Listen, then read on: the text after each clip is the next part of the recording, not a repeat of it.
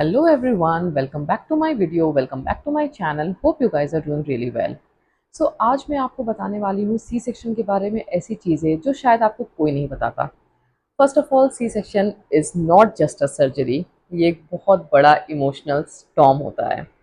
And जब doctor first time आपको बताता है कि we are going ahead with a C section, अचानक से आपके मन में इतने सारे इमोशंस आने लगते हैं। वाई, वॉट, क्या, क्यों, कैसे, मैं ही क्यों, वाई मी, राइट?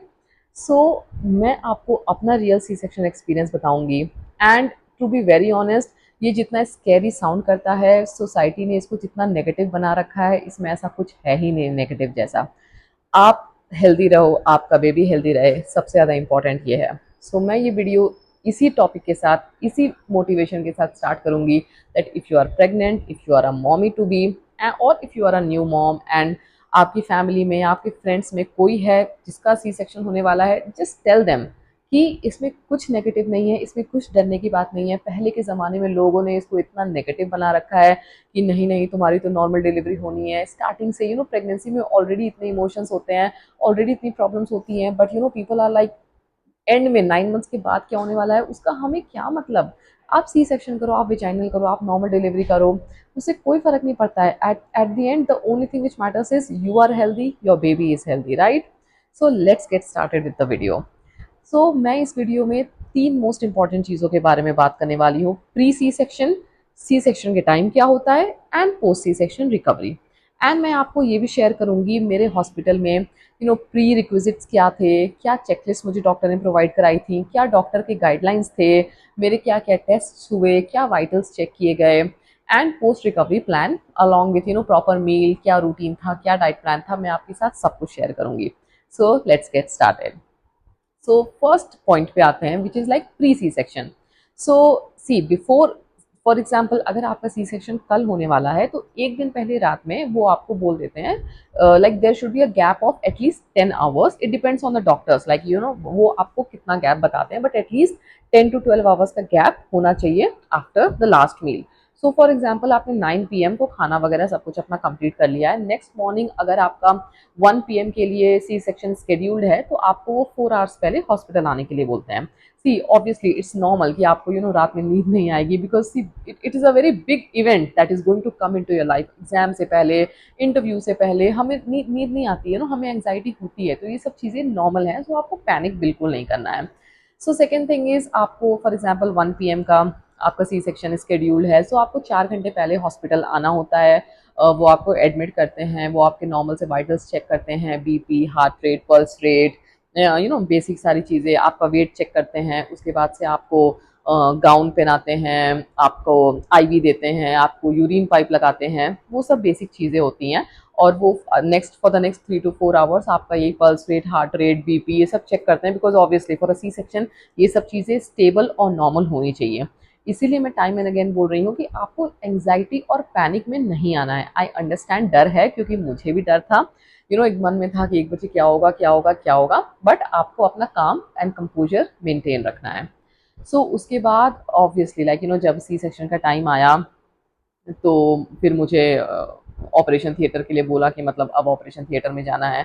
मन में बहुत ज़्यादा एंग्जाइटी होने लगी। वो स्ट्रेचर पे आपको ऐसे लेटा के ले जाते हैं, एंड ऑपरेशन कैसा भी हो, ऑपरेशन एक मन में रहता है कितनी बड़ी चीज़ है। मेरे साथ भी सेम इमोशंस थे। मैं ऐसे लेट के जा रही हूँ, एंड मुझे मेरे हस्बैंड, मेरी मम्मी, सब लोग ऐसे दिख रहे हैं। दे आर उनके मन में भी एक उम्मीद है, उनकी आंखों में एक उम्मीद दिख रही है। And then I just take their blessings and everything, and then think about God and everything, and फिर मैं हॉस्पिटल ऑपरेशन थिएटर के अंदर एंट्री लेती हूँ। ऑपरेशन थिएटर के अंदर इतनी अच्छी वाइब होती है। आजकल के डॉक्टर्स भी बहुत समझदार होते हैं, उनको पता है कि पेशेंट ऑलरेडी बहुत डरा हुआ है। वो पूरा चिल वाइब क्रिएट करने की कोशिश करते हैं। वो आपसे बात करते रहते हैं कि आप कुछ नेगेटिव मत सोचो अपने दिमाग में। आपके फेथ के हिसाब से, आपके रिलीजन के हिसाब से वो कोई सॉन्ग प्ले कर देते हैं। जैसे मेरे केस में उन्होंने हनुमान चालीसा प्ले कर दिया था। एंड लेफ्ट साइड में आपका पूरा बीपी दिखाता रहता है। फिर उसके बाद वो आपको इस कर्व पोजीशन में बैठा के आपको वो स्पाइनल एनेस्थीसिया देते हैं। जैसे ही वो स्पाइनल एनेस्थीसिया देते हैं, आपका पूरा लेग बिल्कुल नम हो जाता है। स्लोली स्लोली स्लोली आपको बिल्कुल कुछ फील नहीं होता है। हल्का फुल्का सा आपको ड्राउजीनेस फील होगा, but that is like absolutely normal. आप इतना रियलाइज कर सकते हो कि आपके साथ क्या क्या चीज़ें हो रही हैं। फिर बस उसके बाद वो एक्चुअली स्टमक बेली वाले एरिया में वो एक बड़ा सा ऐसे ग्रीन पर्दा टाइप का लगा देते हैं कि मतलब आपको चीज़ें दिखे ना, ब्लड या जो भी चीज़ें हैं, जिससे आप पैनिक ना करो। एंड बट स्टिल आपको चीज़ें feel feel in the sense कि मतलब आपको समझ में आएगा कि आपके साथ कुछ तो हो रहा है, but it's like absolutely normal, आपको कुछ ऐसा कुछ समझ में नहीं आएगा। मेरे केस में उन्होंने मेरे हस्बैंड को अंदर अलाउ किया था, which I am really grateful for. And मेरे हस्बैंड मेरे साइड बैठे थे and he was holding my hand, and वो मुझे डिस्ट्रैक्ट करने की कोशिश कर रहे थे कि तुम बताओ क्या होगा, लड़का होगा लड़की होगा, एंड मोमेंट तक वो गेसिंग चल रही थी। एंड बस फिर हार्डली हार्डली 8 to 10 मिनट्स में वो ऐसे बेबी को ऊपर उठाते हैं and they are like boom, it's a boy और it's a girl, congratulations. And in that moment you feel like मतलब आप सब कुछ भूल जाते हो, आप सब कुछ भूल जाते हो। ऐसा लगता है कि पूरा इन्वायरमेंट सब कुछ बिल्कुल फ्रीज हो चुका है, काम एंड कंपोज हो चुका है, and you are just seeing your baby and he is crying, looking at you, like my baby was actually eye to eye ऐसे लुकिंग एट मी। एंड वो ब्लड में ऐसे रहते हैं, एंड वो बस आके आपको स्किन टू स्किन देते हैं। उसके बाद वो बेबी को क्लीनिंग वगैरह के लिए ले जाते हैं, एंड मीनवाइल वो फिर आपकी पूरी स्किन को ऐसे खींच के वो पूरा स्टिच करते हैं। सो वो आपको फील होगा थोड़ा सा push and pull. So till the time baby का क्लीन अप और ये सब चीज़ें चलती रहती हैं, एंड आपका इधर stitching process, I think it goes on for like 30 to 45 minutes. फिर ये हो गया ड्यूरिंग सी सेक्शन। फिर एक बार आपका सी सेक्शन हार्डली कंप्लीट हो जाता है, फिर उसके बाद वो आपको मॉनिटर ऑब्वियसली मॉनिटर करने के लिए लेके जाते हैं टू इमरजेंसी वार्ड, जहाँ पर वो 5 to 6 आवर्स आपको मतलब उन्होंने मुझे मॉनिटर किया था। एंड मेरे बेबी की डिलीवरी फॉर एग्जांपल 1:15 PM को हुई थी, सो अराउंड 2 PM और 2:10 I was back in the emergency ward. सो वहाँ पर मुझे 5 to 6 आवर्स के लिए रखा गया था, मुझे देखने के लिए कि सब कुछ ठीक है। एंड धीरे धीरे आपका एनेस्थीसिया का भी असर खत्म होता जाता है। सो उस टाइम पे आपको फिर से लेग और ये सब चीज़ें फील होने लगती हैं कि मतलब है मेरी बॉडी है। उसके पहले तो आपको कुछ भी नहीं फील होता है। फिर बस उसके बाद हल्का हल्का लिटिल बिट ऑफ टिंगीनेस, वो सब हल्की हल्की चीज़ें आपको फील होती हैं। और आपका बेबी भी वो आके बगल में रख देते हैं, एंड आप फिर उसी में बिजी रहते हो, फीडिंग क्या प्रोसेस है, वो सब चीज़ें हैं, बहुत सारी चीज़ें साइड बाय साइड चलती रहती हैं। एंड बस फिर उसके बाद मेरे केस में आई थिंक अराउंड 6 आवर्स के बाद 8:15 PM को उन लोगों ने मुझे कोकोनट वाटर ऑफर किया था, जो कि मैंने एक ग्लास कोकोनट वाटर लिया था। एंड उसके 1 घंटे बाद उन लोगों ने मुझे इडली सांभर, बेसिक सांभर, नॉट वो स्पाइसी वाला नहीं, चटनी, ये ऑफर किया था डिनर में खाने के लिए। लाइक मुझे पता है this is such a controversial thing, क्योंकि मैंने देखा Tier 2 Tier 3 सिटीज़ में, लाइक स्मॉलर सिटीज़ में सी सेक्शन होने के बाद लाइक पूरे एक दिन वो पानी कुछ भी नहीं देते हैं, नेक्स्ट डे भी हार्डली आई थिंक चाय बिस्किट कुछ कुछ चीज़ें देते हैं, पूरा एक दिन वो बिल्कुल स्टाव और व्रत वाला सिस्टम रखते हैं। ऑलरेडी कोई बंदा पेशेंट है, I don't understand this logic, ऐसा क्यों है।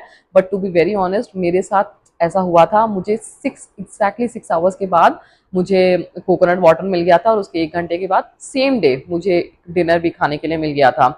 फिर उसके बाद मुझे ये चीज़ नहीं समझ में आती है कि मतलब Tier 2 Tier 3 सिटीज़ में क्यों इतना टॉर्चर करते हैं, क्योंकि मैंने अपने रिलेटिव फ्रेंड्स को भी देखा है, लाइक पूरा 1 डे वो पेन होता रहता है, एंड कुछ पानी खाना कुछ नहीं देते हैं इंसान ऑलरेडी, यानी आपके पास अब एक बच्चा है जिसको आपको ऑब्वियसली फीड कराना है, ये सब चीज़ें करानी है।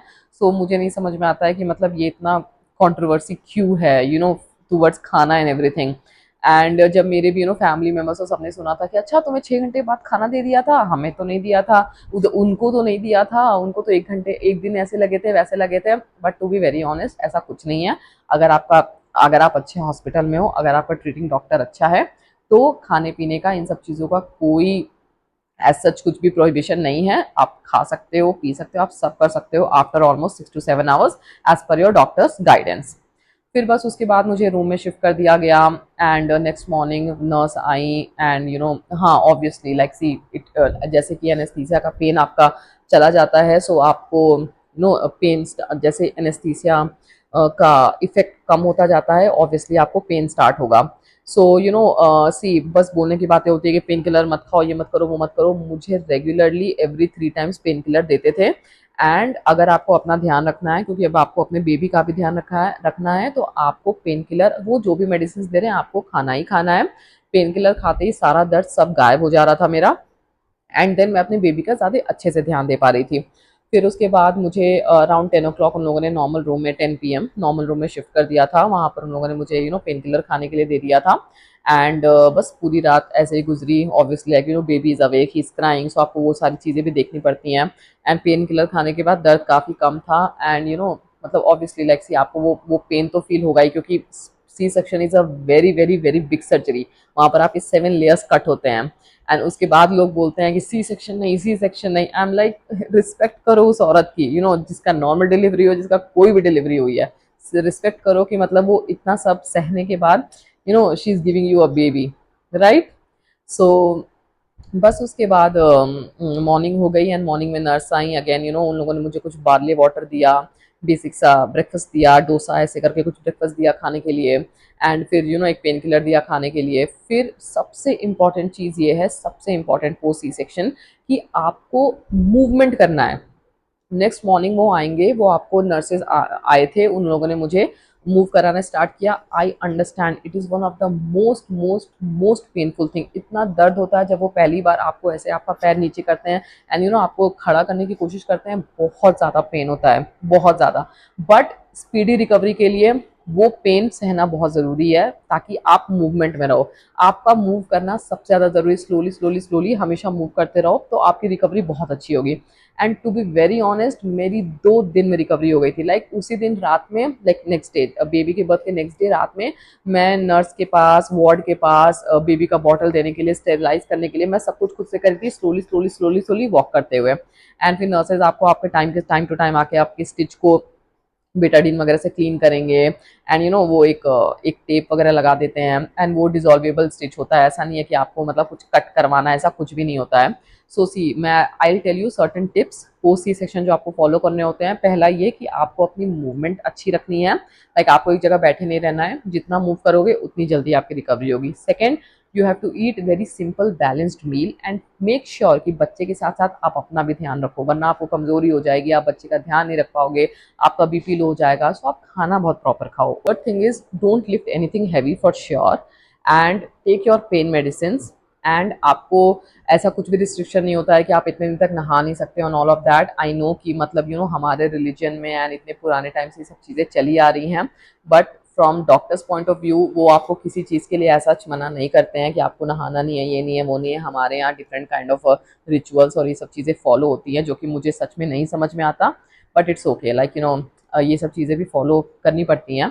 बट या लाइक फ्रॉम डॉक्टर्स एंड ऐसा कुछ भी नहीं है। आपको अपना एरिया सब कुछ क्लीन रखना है, अदरवाइज आपको इन्फेक्शन हो जाएगा, राइट। अगर आपको अपने फैमिली में कुछ ऐसा ट्रेडिशन रिचुअल है कि 6 दिन बाद नहाना है, 12 दिन बाद नहाना है, सो आपके ऊपर डिपेंड करता है कि आप उसको फॉलो करते हो या नहीं करते हो। ऑब्वियसली मेरे केस में मैंने फॉलो किया था।